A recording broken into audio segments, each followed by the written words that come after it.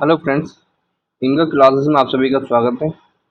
आज हम देखने वाले हैं जीएस का सेट नंबर 25, जो एग्जाम की दृष्टि से बहुत ही महत्वपूर्ण रहने वाला है। आप लोगों को पता है आज से लगभग 10 दिन बचे हैं वीडियो के लिए, एग्ज़ाम के लिए। तो आप लोगों को जितने ज़्यादा से ज़्यादा सेट करने हैं उतने ज़्यादा से ज़्यादा आपका सिलेक्शन होगा। तो शुरू करने से पहले आप लोगों से वही एक रिक्वेस्ट है, यदि आप हमारे चैनल पर पहली बार आए हैं तो चैनल को सब्सक्राइब करें, साथ साथ वीडियो को भी लाइक करते रहें। चलिए शुरू करते हैं। हमारा पहला प्रश्न है, हाँ, यदि आप लोगों को इन क्वेश्चंस की पीडीएफ चाहिए तो आप हमारे टेलीग्राम चैनल इंडिया क्लासेस पे जुड़ सकते हैं। उसकी लिंक आपको डिस्क्रिप्शन में या फिर चैनल के अबाउट सेक्शन में मिल जाएगी। चलिए शुरू करें। हमारा पहला प्रश्न है, चंद्रगुप्त मौर्य के इस प्रसिद्ध राजनीतिक सलाहकार को निम्नलिखित सभी नामों से जाना जाता था, इसके अलावा कौन है? मतलब उनको किस नाम से नहीं जाना जाता था? तो उन्हें चाणक्य, विष्णुगुप्त और कौटिल्य के नाम से जाना जाता था। लेकिन समुद्रगुप्त एक खुद ही एक शासक थे, उन्हें समुद्रगुप्त के नाम से नहीं जाना जाता था। इन्होंने चंद्रगुप्त के साथ मिलकर मौर्य साम्राज्य की स्थापना की थी। आपका अगला है, कादम्बरी के लेखक कौन है? तो जो कादम्बरी एक रचना थी उसके लेखक कौन हैं? तो आपका सही जवाब रहने वाला है वो है बाणभट्ट। कौन है? बाणभट्ट। बाणभट्ट ने कादम्बरी की रचना की थी और यह इनका एक प्रसिद्ध संस्कृत, ये कादम्बरी जो था ये एक संस्कृत साहित्य का एक उपन्यास था। और इन्हें जो राजा सम्राट हर्ष थे उनके ये दरबारी कवि थे और इन्होंने हर्ष चरित्र की रचना की थी। आपका अगला प्रश्न है, मुगल वंश के पहले सम्राट बाबर ने अपनी देसी भाषा चगताई तुर्की में अपनी आत्मकथा लिखी है, इस पुस्तक का नाम क्या है? तो जो बाबर ने अपनी पुस्तक लिखी थी उसे बाबर नामा के नाम से जाना जाता है। और इसका एक नाम और था, वो था तुजक ए बाबरी। तुजक ए बाबरी भी बाबर नामा का ही दूसरा स्वरूप है। आपका अगला प्रश्न है, तारिक ए फिरोज शाही के लेखक कौन है? जो तारिक ए फिरोज शाही है इसके लेखक कौन है? तो आपका सही जवाब रहने वाला है वो है जियाउद्दीन बरनी। कौन है? जियाउद्दीन बरनी। जो जियाउद्दीन बरनी का जो शासन काल था वो था 1285 से लेकर 1357 के बीच में। इन्होंने मोहम्मद बिन तुगलक और फिरोज शाह के शासन काल में ये भारत में रहे थे। उनका अगला है, निम्नलिखित में से कौन अवध का प्रथम नवाब था? तो जो अवध का प्रथम नवाब था वो था शहादत खां। कौन था? शहादत खां। यह अवध का प्रथम नवाब था और इसने 1739 ईस्वी में इसकी मृत्यु हो गई थी। तो इसके पश्चात इसके भतीजे और दामाद को यहाँ का अवध का नवाब नियुक्त किया गया था। और ये नवाब बना कब था? तो यह बना था 1722 ईस्वी में। कब बना था? 1722 ईस्वी में। आपका अगला प्रश्न है,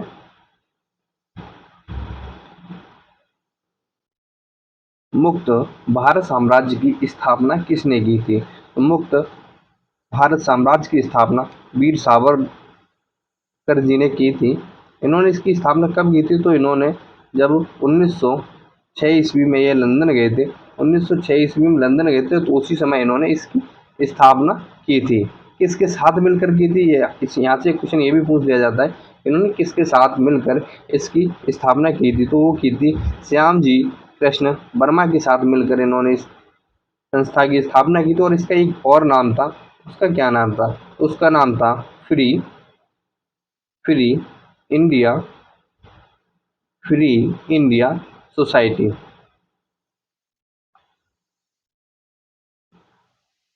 अगला प्रश्न है, 28 दिसंबर 1885 को भारतीय राष्ट्रीय कांग्रेस आईएनसी का स्थापना गोकुलदास तेजपाल संस्कृत स्कूल के परिषद में कहाँ पर हुआ था? तो वो था मुंबई में। जो भारतीय राष्ट्रीय कांग्रेस है इसकी स्थापना 28 दिसंबर 1885 में मुंबई अधिवेशन में हुई थी। लेकिन इसका जो पहला नाम था वो भारतीय राष्ट्रीय कांग्रेस नहीं था। इसका जो पहला नाम था वो था, जब ए.ओ. ह्यूम ने इसकी स्थापना की थी, तब इसे इंडियन नेशनल यूनियन के नाम से जाना जाता था। किस नाम से जाना जाता था?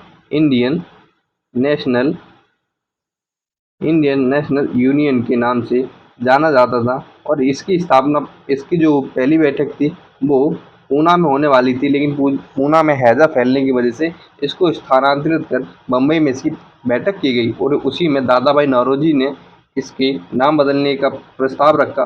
तब इसका नाम भारतीय राष्ट्रीय कांग्रेस पड़ा। अब अगला प्रश्न है, स्वतंत्रता सेनानियों भगत सिंह, सुखदेव और राजगुरु को कब फांसी की सजा दी गई थी? तो इन भगत सिंह, सुखदेव और राजगुरु को 1931 में कब दी गई थी? तो दी गई थी 23 मार्च 23 मार्च 1931 23 मार्च 1931 में इनको फांसी दी गई थी। आपका अगला प्रश्न है, स्वतंत्र भारत में किसी राज्य की प्रथम महिला राज्यपाल कौन थी? तो प्रथम महिला राज्यपाल थी, वो थी सरोजिनी नायडू। कौन थी? सरोजिनी नायडू। यहाँ से एक क्वेश्चन और बन सकता है कि जो भारतीय राष्ट्रीय कांग्रेस थी, इसकी प्रथम भारतीय महिला अध्यक्ष कौन थी? तो वो भी सरोजिनी नायडू थी। इन्होंने कानपुर अधिवेशन की अध्यक्षता की थी। किसकी अध्यक्षता की थी? 1925 में कानपुर अधिवेशन की अध्यक्षता की थी, और यह भारतीय महिला अध्यक्ष थी, जो कांग्रेस की पहली भारतीय महिला अध्यक्ष थी। अब अगला प्रश्न है, को विधानसभा सत्रवाज करने की शक्ति होती है? तो होती है राज्यपाल को। किसके पास होती है? वो होती है राज्यपाल को। राज्यपाल को किस अनुच्छेद के तहत होती है? तो आर्टिकल होता है 174। 174 के तहत जो राज्यपाल होता है वो विधानसभा का सत्र आहूत, सत्रवसान और विघटन करने की शक्ति रखता है। अगर हम बात करें तो जो विधानसभा का जो सत्र, पहला सत्र होता है, प्रथम बैठक होती है, उसको हम राष्ट्रीय गान से प्रारंभ करते हैं, लेकिन जो अंतिम सत्र या अंतिम बैठक होती है उसे हम राष्ट्रीय गीत के द्वारा ही समाप्त करते हैं। अगर बात करें कि भारत का राष्ट्रीय गान क्या है, तो वो है जन गण मन। और राष्ट्रीय गीत की बात करें तो वो है वंदे मातरम। अब अगला प्रश्न है, भारत के संविधान में निम्न में से किसके विरुद्ध अभियोग चलाने का प्रावधान नहीं है? तो राष्ट्रपति के साथ है, भारत के मुख्य न्यायाधीश के साथ भी है, और भारत के उपराष्ट्रपति के साथ भी हम महाभियोग या अभियोग चला सकते हैं, लेकिन राज्य के राज्यपाल के साथ संविधान में ऐसा कोई उल्लेख नहीं है कि इसके तहत इस पे हम महाभियोग या अभियोग चला सकते हैं। अगर हम बात करें राष्ट्रपति को किस अनुच्छेद के तहत महाभियोग चलाया जाता है, तो वो चलाया जाता है आर्टिकल 61 के तहत। अगर बात करें मुख्य न्यायाधीश की, तो मुख्य न्यायाधीश के जो अभियोग चलाया जाता है वो चलाया जाता है आर्टिकल 124(4) के तहत, और उपराष्ट्रपति में जो अभियोग चलाया जाता है वो चलाया जाता है आर्टिकल 67 खा। आपका अगला प्रश्न है, भारतीय राज्यों में मुद्रा बिल होने के लिए एक बिल को कौन प्रमाणित करता है? तो कौन करता है? राज्य में मुद्रा बिल मतलब कि कौन विधेयक, धन विधेयक है या नहीं है, इसको प्रमाणिकता कौन प्रदान करता है? तो वो करता है राज्य विधानसभा का अध्यक्ष। कौन करता है? राज्य विधानसभा का अध्यक्ष। ये किस आर्टिकल के तहत करता है? तो वो करता है आर्टिकल, इसमें कुछ महत्वपूर्ण फैक्ट ये हैं कि सभी धन विधेयक वित्त विधेयक की श्रेणी में आते हैं, लेकिन सभी वित्त विधेयक धन विधेयक नहीं हो सकते हैं। धन विधेयक वो वित्त विधेयक धन विधेयक होंगे जो आर्टिकल 110 के अंतर्गत आएंगे, वो सारे के सारे विधेयक धन विधेयक होंगे। आपका अगला प्रश्न है, दक्षिण भारत की नदियाँ प्रमुख रूप से निम्न में से कौन सा अपवाह तंत्र रखती हैं? तो कौन सा अपवाह तंत्र रखती है? तो वो रखती है वृक्षनुमा।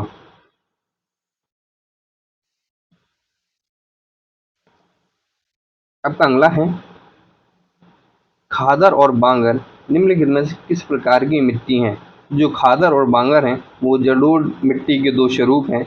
जो खादर मिट्टी होती है वो नवीन जलोढ़ मिट्टी होती है, जबकि जो बांगर होती है वो पुरानी जलोढ़ मिट्टी होती है। और भारत में इसकी जो परसेंटेज है वो लगभग 40% भारत में जलोढ़ मिट्टी पाई जाती है। अगला प्रश्न है, सूर्यमुखी की खेती के लिए सबसे अच्छी होती है तो किस प्रकार की मिट्टी सबसे बेहतरीन होती है?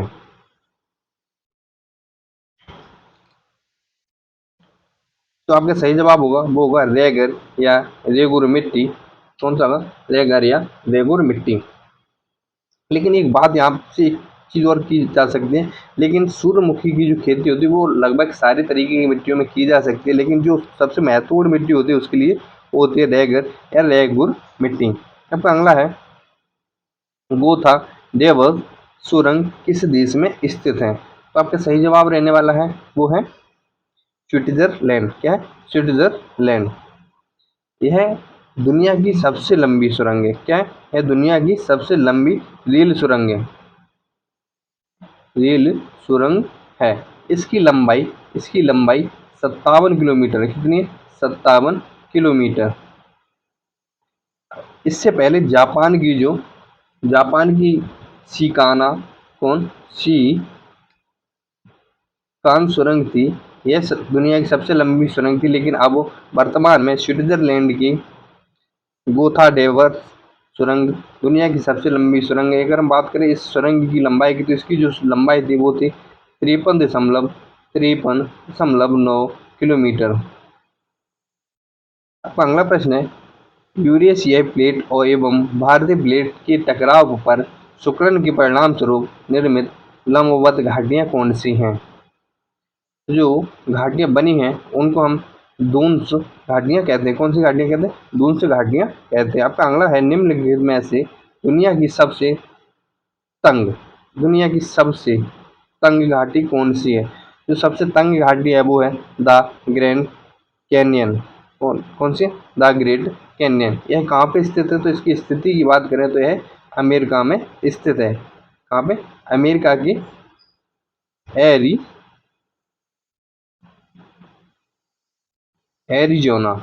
एरिजोना प्रांत में स्थित है।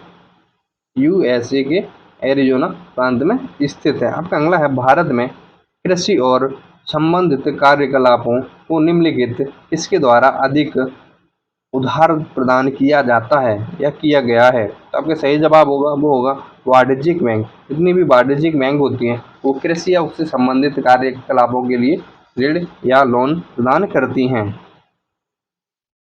अब अगला है, the imperial bank of India को राष्ट्रीयकरण के पश्चात कौन सा नाम दिया गया था? आपका सही जवाब होगा वो होगा भारतीय स्टेट बैंक। कौन क्या होगा? भारतीय स्टेट बैंक। अगर बात करें द इंपीरियल बैंक को किन बैंकों के विलय के बाद बनाया गया था, तो कौन कौन सी बैंकें थी? तो वो थी the bank of Bombay, bank of Madras और बैंक ऑफ बंगाल को मिलाकर the imperial bank of India का गठन किया गया था। लेकिन 1 जुलाई 1955 को इसका नाम बदलकर भारतीय स्टेट बैंक रख दिया गया। अब अगला है, नाबार्ड का विस्तृत रूप क्या है? तो जो नाबार्ड का विस्तृत रूप है वो है national bank for agriculture and rural development. तो आपका सही जवाब होगा ऑप्शन बी। अब अगला प्रश्न, उत्तर प्रदेश राज्य में परीक्षा बांध किस नदी पर स्थित है? जो परीक्षा बांध है वो किस नदी पर स्थित है? वो है बेतवा नदी पर स्थित है। कहाँ पे स्थित है? ये झांसी में। कहाँ है? झांसी में।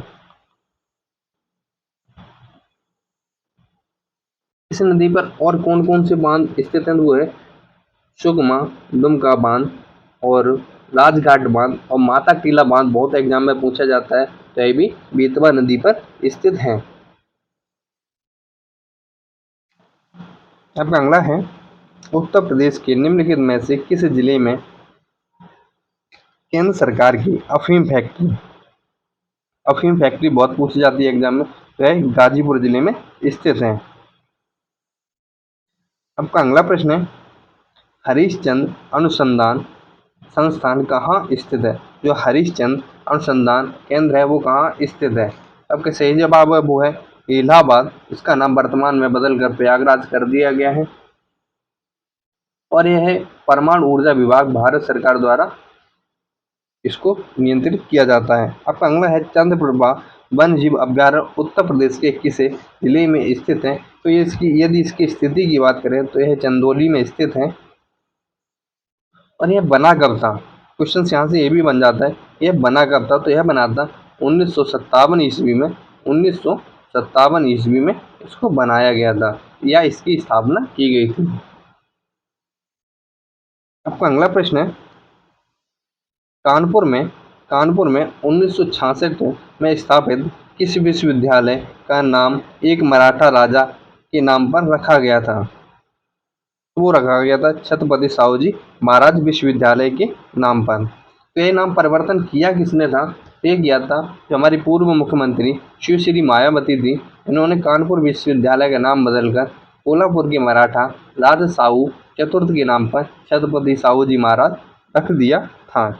कब? 1966 ईस्वी में। आपका अगला है, BHU बनारस विश्वविद्यालय की किस शहर में स्थित है? तो आपका सही जवाब होगा वो होगा वाराणसी। वाराणसी में विश्वविद्यालय स्थित है। अगर हम बात करें इसकी स्थापना की, तो इसकी स्थापना कब हुई थी? तो इसकी स्थापना 1916 ईस्वी में मदन मोहन मालवीय द्वारा की गई थी। लेकिन यह एक केंद्रीय विश्वविद्यालय है। आपका अगला है, मिट्टी की बारात नामक कविता संग्रह किस लेखक का है? किस लेखक का है? आपका सही जवाब होगा वो होगा शिवमंगल सिंह सुमन। क्या होगा? शिवमंगल सिंह सुमन। इन्हीं को 1974 ईस्वी में 1974 ईस्वी में साहित्य अकादमी पुरस्कार से भी सम्मानित किया गया है। आपका अगला है, कंप्यूटर प्रणाली में निम्न में से सबसे अधिक संग्रह क्षमता किसके पास होती है? तो वो होती है टेराबाइट। किसके पास होती है? वो होती है टेराबाइट। अगर इनकी क्रम की बात करें तो सब पहले आती है मेगा, पहले आते केबी, केबी के बाद एमबी, एमबी के बाद जीबी, उसके बाद टीबी। केबी, केबी के बाद एमबी, एमबी के बाद जीबी, जीबी के बाद टीबी, फिर जेटी, जेटाबाइट, मेटाबाइट। ठीक है। आपका अगला प्रश्न है, इनमें से कौन सी कंप्यूटर प्रोग्रामिंग भाषा नहीं है? तो वो कौन सी है? वो है C#। यह एक प्रोग्रामिंग भाषा नहीं है, जबकि C हैज, C++ और ऑब्जेक्ट सी यह कंप्यूटर की प्रोग्रामिंग भाषा है। अब अगला है, विंडोज साउंड फाइल का एक्सटेंशन क्या होता है? तो वो होता है WAV। क्या होता है? WAV।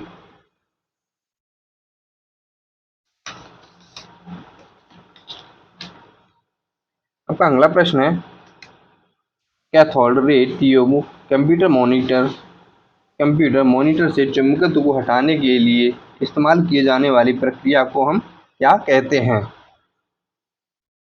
तो क्या कहते हैं? उसको कहते हैं लोवर्म। तो उस प्रक्रिया को हम लोवर्म कहते हैं। अब अगला प्रश्न है,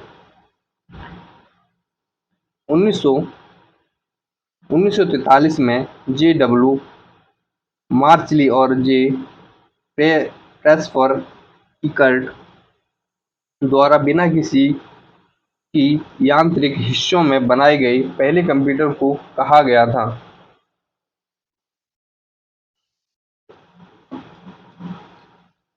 तो उसको क्या नाम दिया गया था?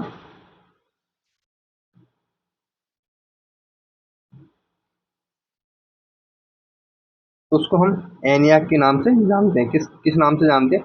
उसको हम एनियाक के नाम से जानते हैं। आपका अगला है, भारत की पहली नाभिकीय पनडुब्बी INS अरिहंत अरिहंत में स्थित नौसेना जहाज निर्माण केंद्र पर बनाई गई थी। तो जो इसका निर्माण हुआ था वो किस नौसेना स्थान पर हुआ था? तो आपका सही जवाब रहने वाला है वो है विशाखापट्टनम। कहाँ पे हुआ था? वो हुआ था विशाखापट्टनम में। आपका अगला प्रश्न है, परमाणु बम बनाने के लिए सामान्यतः निम्नलिखित में से किस तत्व का उपयोग किया जाता है? तो जो परमाणु बम बनाए जाते हैं उसके लिए सबसे महत्वपूर्ण तत्व होता है वो होता है यूरेनियम। तो यूरेनियम का प्रयोग किया जाता है। आपका अगला प्रश्न है, गैसों के संबंध में निम्नलिखित में से कौन सा कथन सत्य है?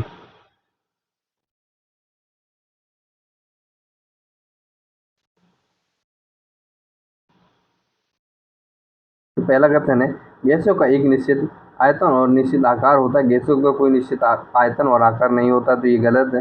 गैसों का ना तो निश्चित आयतन होता है और ना ही इसका कोई आकार होता है। यह सवाल बिल्कुल सही है, तो आपका सही जवाब होगा ऑप्शन बी। अगला है, कब अग्नि ज्वलनशील नहीं हो पाती है?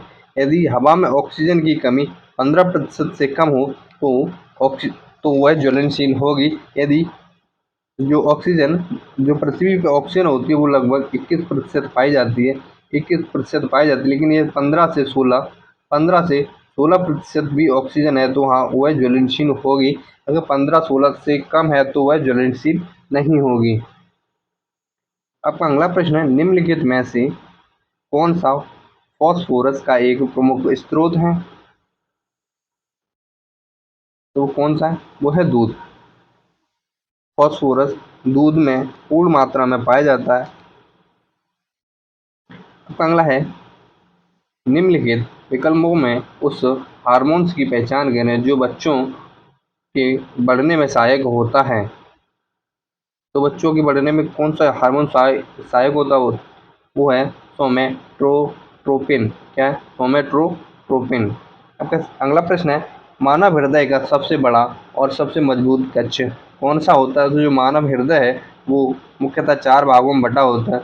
2 अपर भाग होते हैं, 2 लोअर भाग होते हैं। जो 2 अपर भाग होते हैं उन्हें हम ऊपरी कक्षों के दाएं और बाएं भाग को बाया आलिंद कहते हैं। क्या कहते हैं? आलिंद। और जबकि जो नीचे भाग होते हैं इन्हें हम निलय के नाम से जानते हैं। यह क्वेश्चन भी आप लोगों से पूछा जा सकता है। आपका सही जवाब होगा वो होगा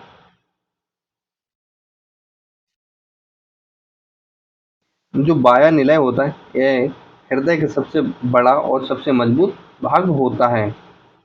आपका अगला प्रश्न है, भारत की पहली नाइट स्काई सेंचुरी किस राज्य केंद्र शासित प्रदेश में स्थापित की जाएगी? तो आपका प्रश्न सही जवाब है वो है लद्दाख। लद्दाख में इसकी स्थापना की जा रही है। और ये किस वन्य जीव अभ्यारण्य में हो रही है? तो वो हो रही है डार्क स्काई रिजर्व चांगथांग वन्य जीव अभ्यारण्य में मतलब इसको स्थापित किया जा रहा है। आपका अगला प्रश्न है, किस केंद्र शासित प्रदेश में भारत का पहला वर्चुअल स्कूल लॉन्च किया गया है? वर्चुअल का मतलब होता है ऑनलाइन या डिजिटल भी बोल सकते हैं। तो वो है दिल्ली सरकार। दिल्ली सरकार के वर्तमान मुख्यमंत्री अरविंद केजरीवाल ने इस स्कूल की स्थापना की है। यह भारत का पहला डिजिटल स्कूल है। आपका अगला प्रश्न है, जुलाई 2022 में किस भारतीय अर्थशास्त्री को अंतर्राष्ट्रीय मुद्रा कोष क्या अंतर्राष्ट्रीय मुद्रा कोष IMF के पूर्व मुख्य अर्थशास्त्रियों की दीवार में शामिल किया गया है?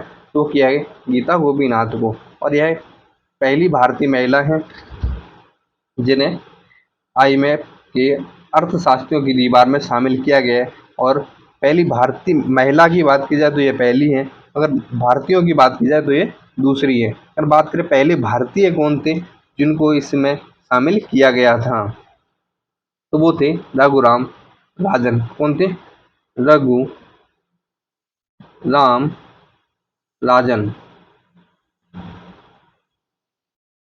आपका अगला है, 56वां ज्ञानपीठ पुरस्कार किसे प्रदान किया गया है? तो 56वां ज्ञानपीठ पुरस्कार है वो किसे दिया गया है? वो दिया गया है असमिया साहित्य, जो असमिया साहित्यकार हैं नीलमणि फूकन जूनियर को। किसको? नीलमणि फूकन जूनियर को। अगर बात करें 57 में, जो 57वां ज्ञानपीठ पुरस्कार है वो किसे दिया गया है? वो दिया गया है जो कोंकणी साहित्यकार उपन्यासकार है दामोदर दामोदर दामोदर मावलो को यह पुरस्कार दिया गया है। आपका अगला है, मई 2022 में संपन्न हुई राष्ट्रीय फुटबॉल चैंपियनशिप हीरो संतोष ट्रॉफी का खिताब किसने जीता? तो वो जीता है केरल ने, इसको हराकर तो पश्चिम बंगाल को हराकर जीता है। आपका अगला प्रश्न है, राष्ट्रीय वन्यजीव बोर्ड की स्थायी समिति की 67वीं बैठक प्रतिवर्ष किस तिथि को राष्ट्रीय डॉल्फिन दिवस के रूप में मनाने की घोषणा की गई है? वो की गई है 5 अक्टूबर को। कब की गई है? 5 अक्टूबर को। यह बैठक हुई कब थी? तो यह इस बैठक का जो आयोजन हुआ था वो दिल्ली में हुआ था, मार्च में दिल्ली में हुआ था। आपका अगला प्रश्न है, पुस्तक सनराइज अवर अयोध्या नेशनलहुड इन टाइम्स के लेखक कौन हैं? तो आपका सही जवाब होगा सलमान खुर्शीद। कौन होंगे? सलमान खुर्शीद। आपका अगला प्रश्न है, प्रसिद्ध कथक नर्तक बिरजू महाराज ब्रजमोहन नाथ मिश्रा किस घराने से संबंधित थे या किस घराने के थे? तो आपका सही जवाब है वो है काल का बिंदादीन घराना। कौन था? काल का बिंदादीन घराना। इनकी 17 जनवरी को मृत्यु हो गई है। और अगर हम बात करें बिरजू महाराज की तो इनको 1986 ईस्वी में पद्म विभूषण दिया गया था, और जबकि 2022 में पद्म विभूषण दिया गया था। और बात करें 2022 की, तो 2022 में इन्हें लता मंगेशकर सम्मान भी दिया गया है। अगला प्रश्न है, निम्नलिखित में से कहां पर एक संरक्षित कच्छ वनस्पति क्षेत्र है? तो जो संरक्षित वनस्पति के क्षेत्र है वो है गोवा में। गोवा का एक जो गोवा का एक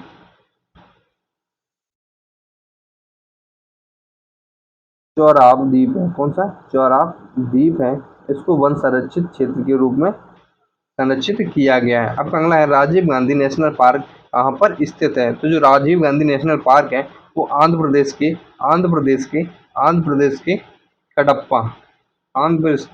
कडप्पा जिले में स्थित है। इस वीडियो में इतना ही, मिलते हैं अगली वीडियो में, तब तक के लिए जय हिंद। यदि आप लोगों को वीडियो पसंद आई हो तो वीडियो को लाइक करें। यदि आपको इस PDF चाहिए तो आप हमारे टेलीग्राम चैनल पर जुड़ सकते हैं, और उसकी लिंक आपको डिस्क्रिप्शन में या फिर चैनल के अबाउट सेक्शन में मिल जाएगी।